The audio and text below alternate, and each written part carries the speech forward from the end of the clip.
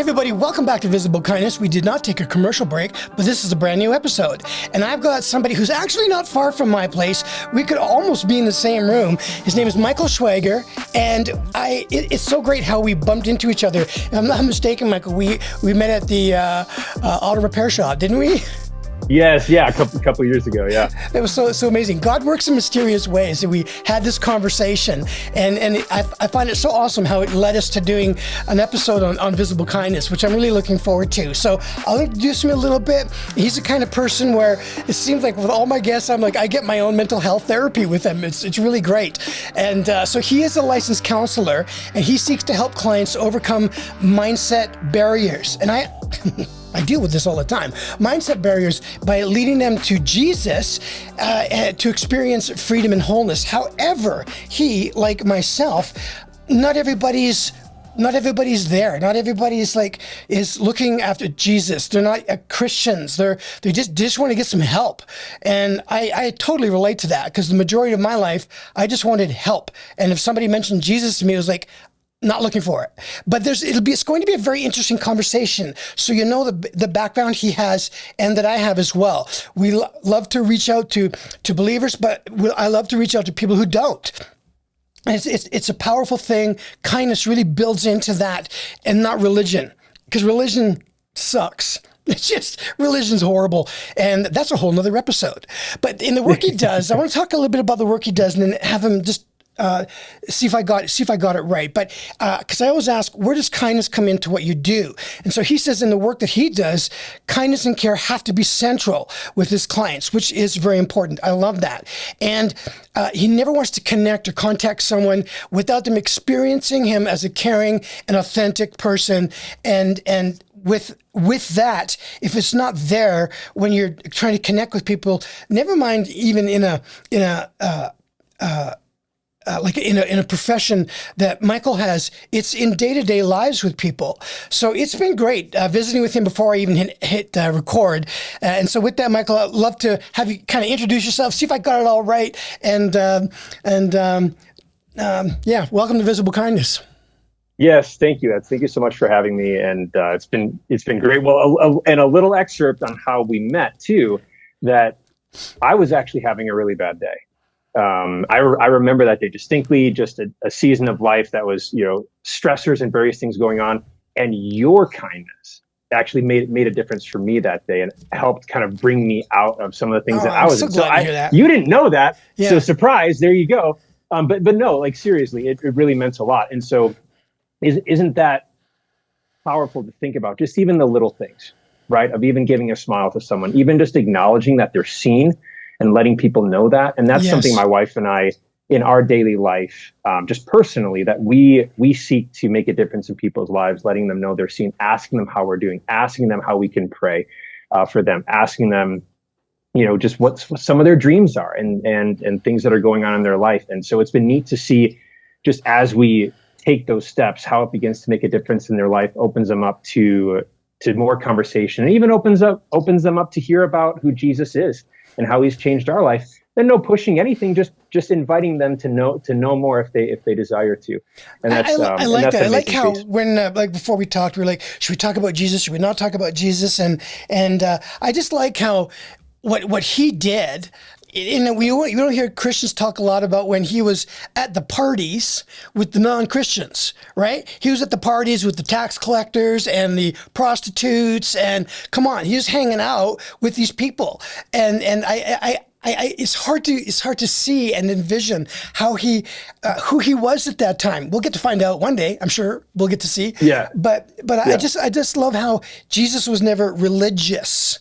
He wasn't religious. He was very kind. I love how the number one command in the New Testament now is to love God with all your heart, soul, and mind. And that's a big sentence. Like heart, what is that? Soul and your mind. And that's a project for a believer that will take your entire lifetime to really get good at. You'll never get 100%. But then when you're working on that, it's to then love your neighbor as yourself. And that is really something, because I never thought about loving myself. I always thought about loving others because that's a good thing to do. So it really changed my life a lot doing that. But when it comes to, if you separate those two verses, seek God with, like, love God with all your heart, soul, mind, love your neighbor as yourself. There's a lot of people who are not believers who really like, I don't know, or use, it's very common to love your neighbor as yourself, and God's not in the picture. And I have no problem with that, because that is a doorstep into, they're actually using a scripture and they don't know it. It's, so that's very interesting. And I love communicating and connecting with people, just like you said with your wife, with my daily life and what I can do, and allow God to do something in my life as I enjoy just my day with him. Because our days are not called to be, I don't know, to be religious, because I can't stand just the word religion. Joy I like, So yeah, I don't know where. And just to add something with that, I mean, Jesus came to die for religion, because that's what kept people bound by the law, bound by the Old Testament, and all the laws that were there. And Jesus came to set people free, to set the captives free.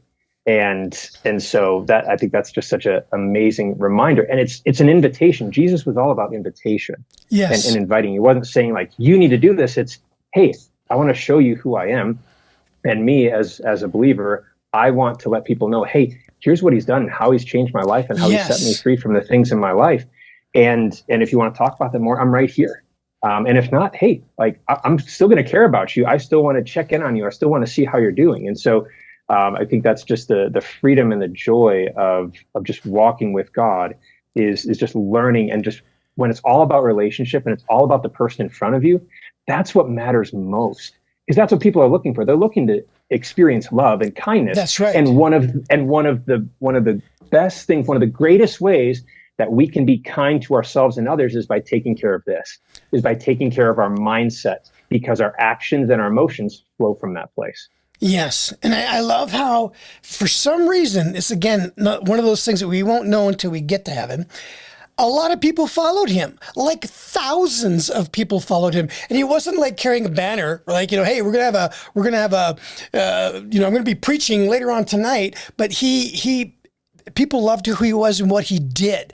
And it's just so, he's so cool. That's the way I look at him. He's the coolest, strongest, kindest, and most powerful person I've ever heard of and gotten to know. So what I like with what you're doing is there's people, we all need mindset help these days. It is wild out there. It's wild. And I'm curious. I wasn't even thinking about this question, but why don't we do this? Share with us like what you do, like what you're like as a licensed counselor, like I see a licensed counselor. The licensed counselors, there's so many different people serving in that way, and serving is not the right word, but they work in that space. So tell us, what is that like for you? What do you do, and how did you get into that? Yeah, great question. So I actually studied youth ministry in my undergraduate degree, and I thought I want to be a youth pastor. And a professor who was a licensed counselor, she said, "Hey, Michael, have you ever thought about counseling?" I said, "Nah, like I just want to be a youth pastor. I just want to work with students." She said, "Why don't we have a conversation? Why don't we have some conversations? I see some things in you that I think are natural to you and how God's made you." I'm like, okay, great. And it was through that conversation and through taking the class that focused on counseling issues with youth, my eyes were open to, wait a second, I could do this. Oh, this is neat. And so it was my junior year, and I just spent some time praying and reflecting, asking people for wisdom and guidance too, of what do I do? Do I finish the program, or what do I do? And I sensed the direction from God to finish out the youth ministry program, take a year off, and then pursue a counseling degree, a master's degree. And I came out here to Denver Seminary. Wow. And so that was my... Where were you during this decision-making process? I was in Illinois. So you're in Illinois. I was from Illinois. Did you know that? Actually, no, I didn't. Yeah, my area code is 309, and I kept that. I lived in, I was in, oh, come on. You know where State Farm Insurance is? I'm trying to remember. It's close to Springfield, anyway. Yeah, I was in Rockford. Interesting. We're from the same area. Sorry about that. Yeah, that's so funny. I didn't mean to interrupt. No, that's good. No, that's hilarious. That's awesome. So I pursued Denver Seminary, and loved a number of things that were taught there. And then some other things that I wanted to really grasp a hold of a little bit more, and that's within just my approach, especially when I'm working with Christians. I wanted to give even just more of a biblical emphasis. But I was trained really well at Denver Seminary with just understanding psychology in those realms. And so when I'm working with Christians, that's a place I integrate, is biblical counseling and also more psychological focus. And then I'm working with someone who doesn't have a faith background, then we're just focusing more on the psychological aspects. But not just psychological, also their physical, how's their sleep, exercise, what's their nutrition like, and then emotional, what emotions do they experience? Is their body in a high stress state on a regular basis, right? So all these things combine and connect. You can't fully separate these. They all intertwine with each other. So in my work, in my practice, restorative life counseling, my goal is to help people experience transformation while kind of discovering, their story, understanding things that they've been through, building an awareness, because you can't change something you're not aware of. And so I seek to help them become aware of, hey, you grew up in this environment. They maybe thought it was normal. Yeah, I was just yelled at all the time. And that's just kind of what I knew. That was the families I grew up with too. But if I can come in and share, hey, have you ever thought about how that's actually not a good thing? Oh, right. And they can start to produce a conversation and an awareness to, oh, maybe that wasn't great. Oh, maybe the beliefs I have about myself are actually intricately tied to, I was someone who would make mistakes and I get yelled at all the time. So then I live a life in perfectionism and live a life to seek acceptance from other people. And then my behaviors function from that place. My emotions get stirred up if I'm not feeling accepted, right? And so I really kind of help them get to that place, but then to the place of freedom where they can start living their life more fully into how God intended, whether they're a believer or not. Wow. So can you give me, I love how there's clearly, you can't do what you're doing without having kindness embedded in what you're doing, because it's not a step-by-step thing. It's not like reading a book. I'm sitting here listening to you through the kindness you have in the way you're even talking, and I'm getting my own mental health therapy from listening to you, which I think that's why I love my podcast so much. I'm getting mental health therapy. But hey, me too. I'm learning myself. It's so great. So how long have you been doing this now officially when you got done at Denver Seminary? Yeah, so I took some time. Well, I didn't take some time off. It takes a while to get into the field sometimes. And I was specifically wanting to be in school counseling because I've had such a heart for youth for a long time. And I still do. I meet with a lot of youth in my practice while meeting with adults and couples. But in 2018, I started it kind of on the side while I was a school counselor. Wanted to continue to make some money. Unfortunately, the school counseling world doesn't pay a lot. Found that out the hard way. Even from my wife's thoughts of just like, honey, I don't think this is a good fit. I'm just like, oh, try to make it work.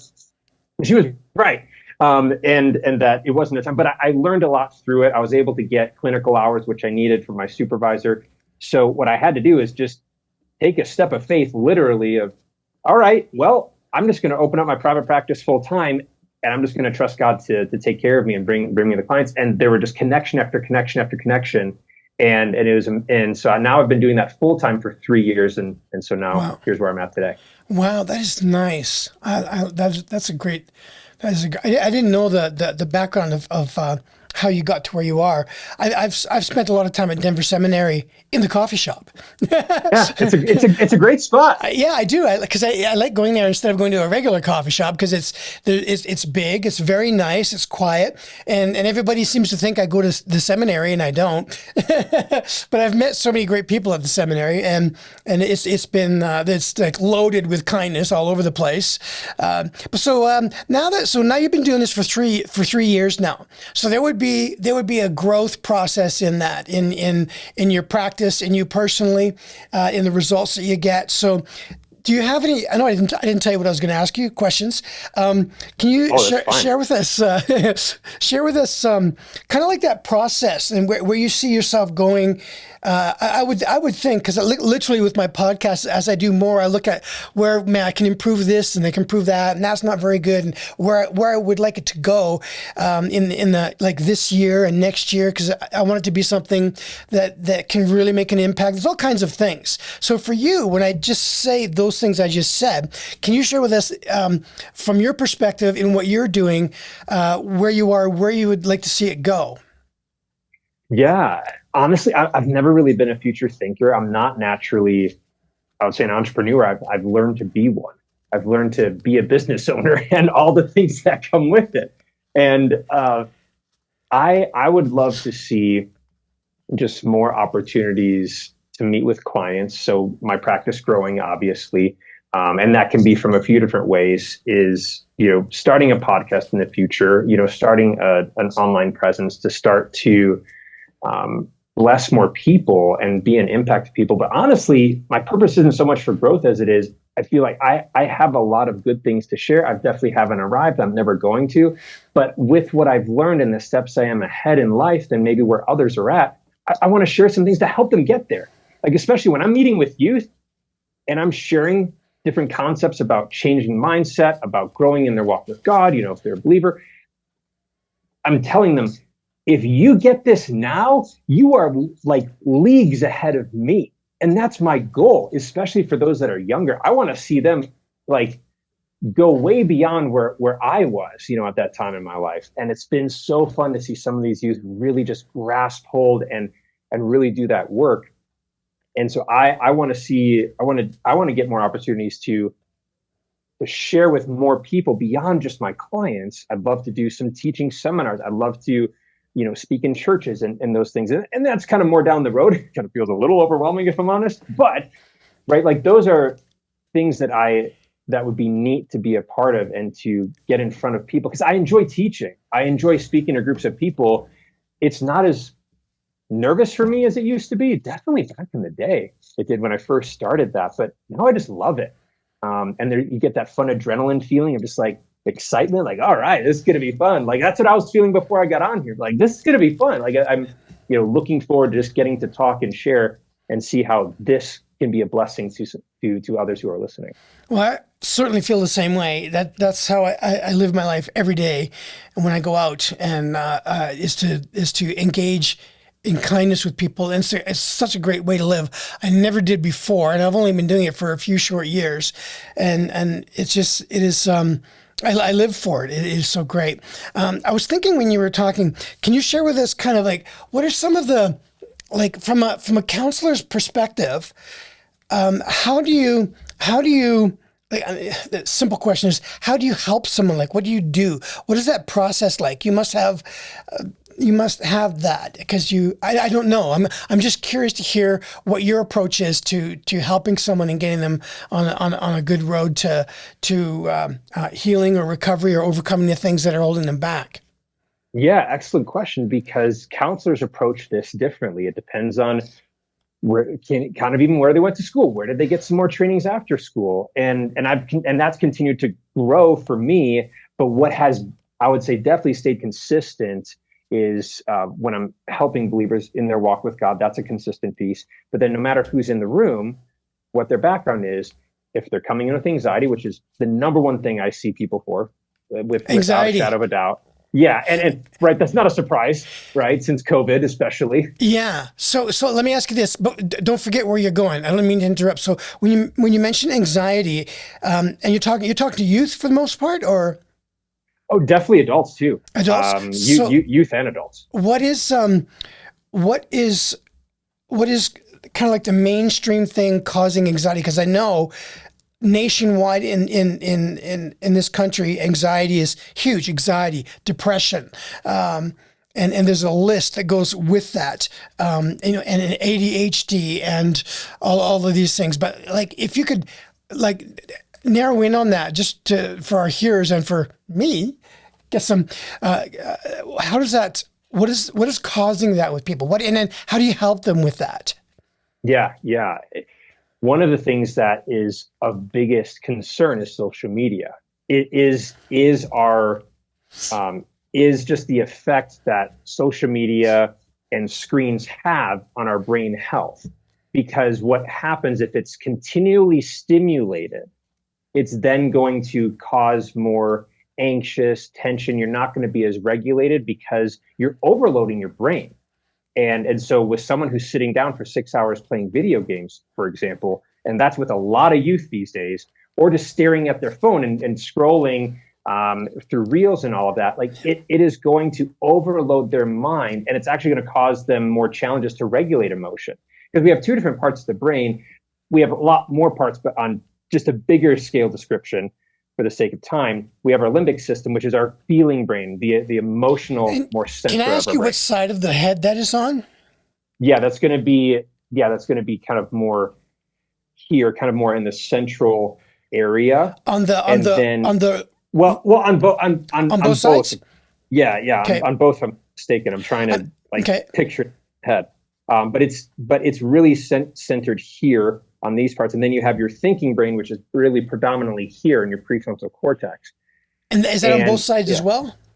Yes. Okay. Yeah. So prefrontal cortex kind of sits here. It's a bigger mass there. That your prefrontal cortex helps regulate your emotions, and it helps you organize thinking and thoughts and processing. And so that's a really important piece. So if your brain is overloaded or your emotions are heightened, this part gets cut off a little bit more. It's not fully functioning, making you or getting you to a place where you're going to react in a more emotive state, or if you get triggered by something, a trauma from someone's past, maybe they had gotten a car accident, and so they see a red car, and it's like the one that hit them even 5 years ago. They can still be triggered instantly if they haven't processed and worked through that particular trauma. And so it's the fight, flight, or freeze response. And if they don't start to take inventory of the thoughts that are behind it, then the emotion will start to build up. And so just working at how to bring that down. So circling back then, to your question, how do you help someone with anxiety? It all goes back to our thinking patterns. Now, there's behaviors and things we can do that can make anxiety more heightened. We can have nutritional deficiencies. We can be deficient in supplementation. We can be looking at social media. We can be looking at the TV. We can, those are kind of some of the practical pieces that can impact and heighten things. But it all starts here. It all starts in the mind. So there's a reason why youth, for example, are on social media so much. They're trying to find acceptance potentially. They maybe want to be included, right? Or it's a numbing because they don't like something already, so they use it as a numbing agent. It's a behavior, and then they don't end up dealing with the deeper pieces. And so I'll share this quickly, and then if you have any questions, we can dialogue about it. People will come into my office and say, Michael, I have this behavior. I'm smoking marijuana. Hey, I'm yelling at my spouse, or I'm yelling at my friend, or I'm yelling at my parents, or I'm just not making good decisions in my eating. I just need to change this behavior. And what I start sharing with them is what you're seeing right now is not ultimately the root issue. Yes, but it's a result of something. Okay, so let's back it down a little bit. Okay, let's say that they do say, okay, the emotion I'm experiencing is anxiety, and that kind of like leads me to maybe try to eat, or just try to numb out, or play video games, get on my phone, whatever that is. Okay, so anxiety is not ultimately the root issue either, but it's a byproduct of it. What the root issue is the thoughts we're believing about ourselves. And that's going to drive and have the domino effect of our emotions and then our behaviors. So I really help do some psychoeducation with my clients around that. And especially with youth, it's a lot of fun because they're in a place where their emotions are, they feel their emotions so strongly, they don't have their prefrontal cortex fully online in the way that it's going to be once they're 25, roughly. So that's really a lot of fun. And it's then helping them identify what are those beliefs about self. Well, I just feel like I'm unwanted, right? Okay, well, where does that go back to in your journey? And that's a little bit more of where I dive in deeper. And then once we identify those things, so what's the truth you'd like to believe instead? And then we start on working on reframing the mindset, because neuroplasticity and neural work like that wasn't discovered till some years back. It was thought for a while, you can't change brain, just going to kind of, you got depression. Well, good luck with life. And that's not true, that our brain can actually change and grow. That's how they treated a lot of veterans. When Yeah, soon as you yeah. mentioned that, that's because I recall, not recall, but I know how they used to be coming out of war and how they're treated now, and there's still more work that needs to be done to help and care for them. But there used to be nothing PTSD, never even thought about that, and they lived with it for so long. And so that kind of lines up with youth today and social media, because initially we didn't think that you know playing games so much or being on your phone so much would cause mental health issues. But now with the ability to measure right what's happening in our brains and our bodies, we're able to identify and come into practices with what can make a difference in them now. It's incredible. It's far greater than just I was in a war and now everything is really tough, and it's far greater than I look at my phone so much and I'm bored or anxious. It's literally changing people. It's changing their personalities too, into something that is very unwanted, to put it that way. What the sad part is with that is, if they're not dealing with the root issues, those things will rise up and continue to get worse. And that's the unfortunate part, is if they, because people say, oh well, I have some good coping skills. That's fine. Exercise, like I've had clients come in, hey, I'm exercising. Hey, that's great. When you're stressed or when you're going through certain things, exercise is a good thing. However, it's not a substitute to changing your mindset, because otherwise the same issue will continue to occur until you replace that negative thought of, I'm unwanted. Actually, you know what? I am loved. And here are the people in my life who do love me. And you start building up that evidence, and you start building that neural pathway system. And then it starts to lay over that negative belief system. Man, time flies so much, because I used to do podcasts for like an hour, and I'm doing them in 30 minutes now, because more people listen in 30 minutes. And so I'm what I'm doing now is like, we should do this again. That's what I do. We should do a part two, because it feels like we're just getting started into some really good conversation that people need to hear. Everybody needs to hear. We all do. And I think so much about, we all think about ourselves when you talk about these things with our brain. We're aware that there's issues, and to have conversations like this, the conversations that I think people wouldn't normally like, oh, I need to listen to something about my brain. But there's so much out there now. There's so many people doing this, which is so great that it's there in front of them. And I love creating content like this. So as we come close to the end, there's always a question I like to ask, and that is, if you could, but it's a kind of a weird big question. It's not that weird, but because kindness can be done on so many levels. I mean, I love this topic so much. It can be small, medium, large. It can be in your personal life, in your community, in your province or in your state, or if you're the 51st state in your Canada. That's a joke. Maybe I'll delete that. I'm Canadian. I'm just joking, although it could be real. I don't know. But there's kindness that's needed on so many levels in our world today. So either in your daily life or just in your thoughts about what's happening in the world or in your community, what are can you share either some act of kindness or something in your life that you think about where you'd like to, or something that you do is an act of kindness that makes a difference anywhere? I mean, it could be in your life, like I said, or anywhere, because kindness is so powerful, and I love asking this question because it gives me interesting answers from people, because there's a lot of ways to think about it, and there's different ways you can answer it. And I always ask that question it's like a long question the way I ask it. But yeah, I give you time to think about it. That's why I do it so long. Yeah. Yeah. So I would even go back to what I shared earlier about what my wife and I do, is we just genuinely care about people, our neighbors. If there's something going on with one of our neighbors and we can bring them a meal, we want to do that. We want to build relationships, and it's not for our own gain or to feel better about ourselves, just because we genuinely care, and we want to care about people. One of the foundations of even the Christian faith is, how do we view people? And do we see them through a lens of their value as a human being, regardless if we disagree? on things, regardless if they have a different perspective on life. And so I would say, to listeners, whether you're a believer or not, really taking a step back and asking yourself, how am I viewing my coworkers? How am I viewing people around me that are annoying to me, right? Or that you can identify, oh, I don't want to run into them tomorrow, right? But how can you start seeing them through a lens of value, of wait a second. I don't know what's going on in their life. Maybe I could ask them what's going on.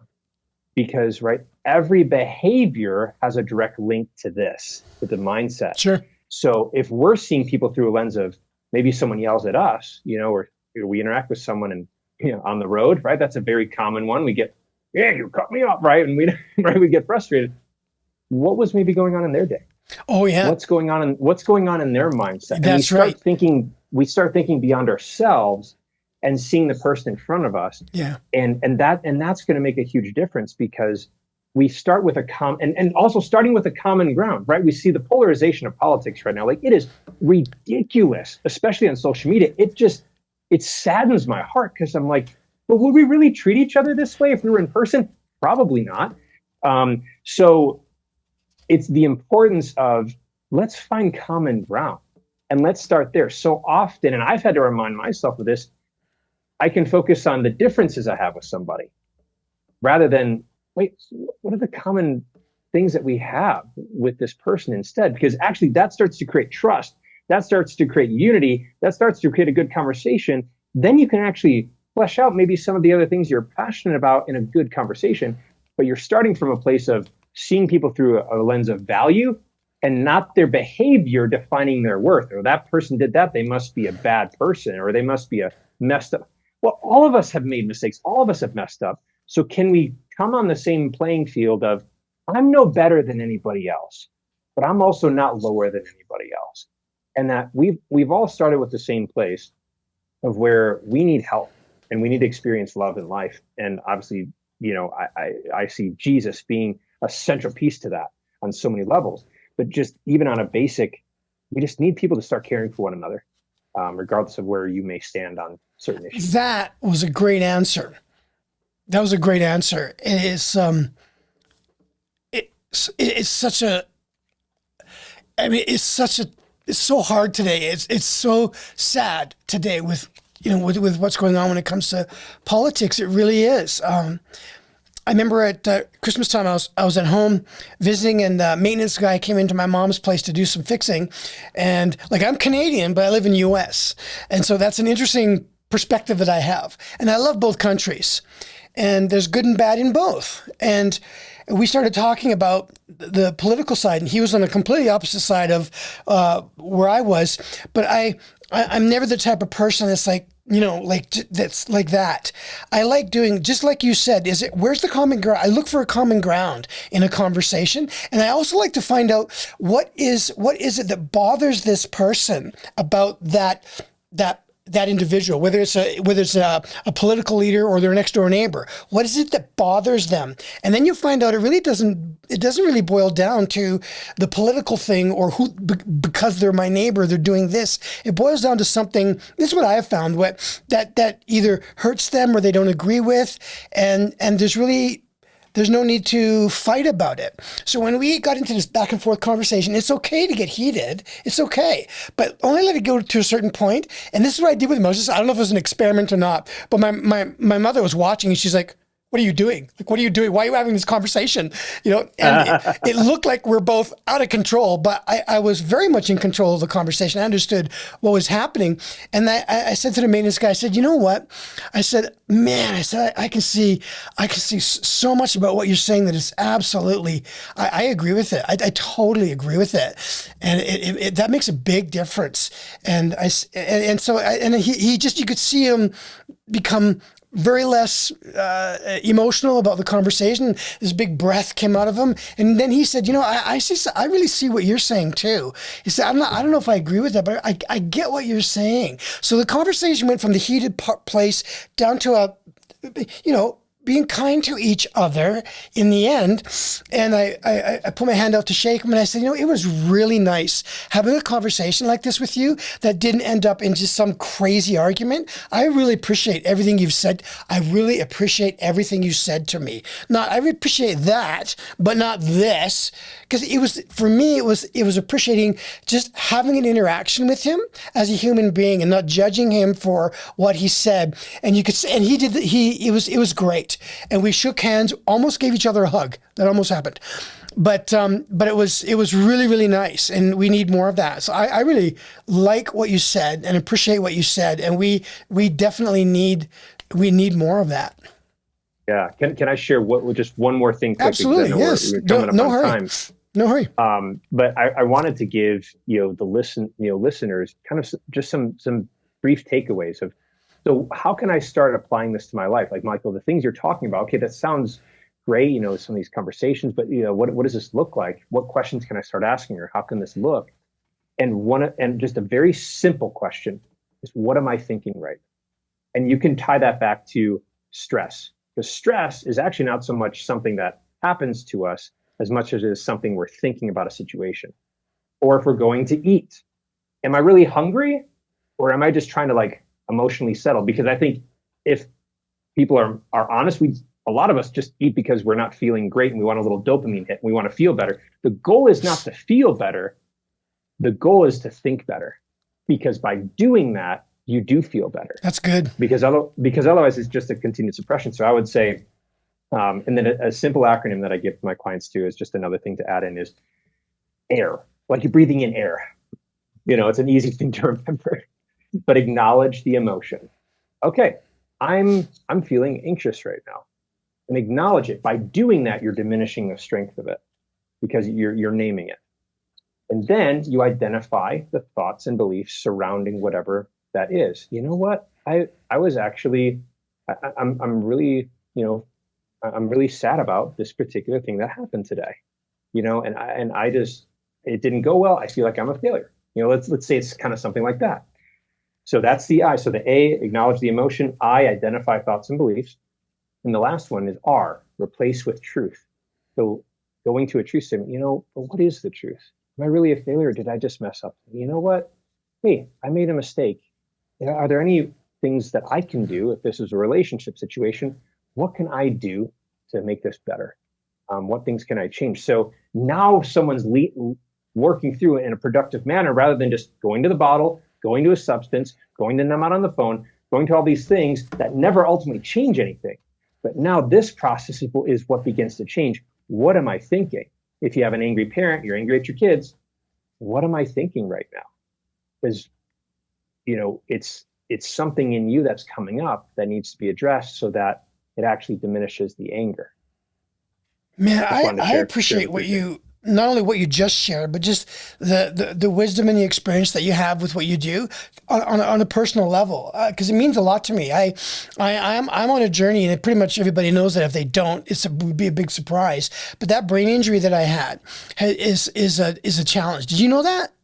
I saw you posted that. Yeah. It's like, so I'm only like 6 months away from that, and I'm told it's like a 2 to 5 year process, and actually longer than that to heal. And so I struggle because I can't get myself into a place where I used to be on a mental level, and it's frustrating. And I need to exercise.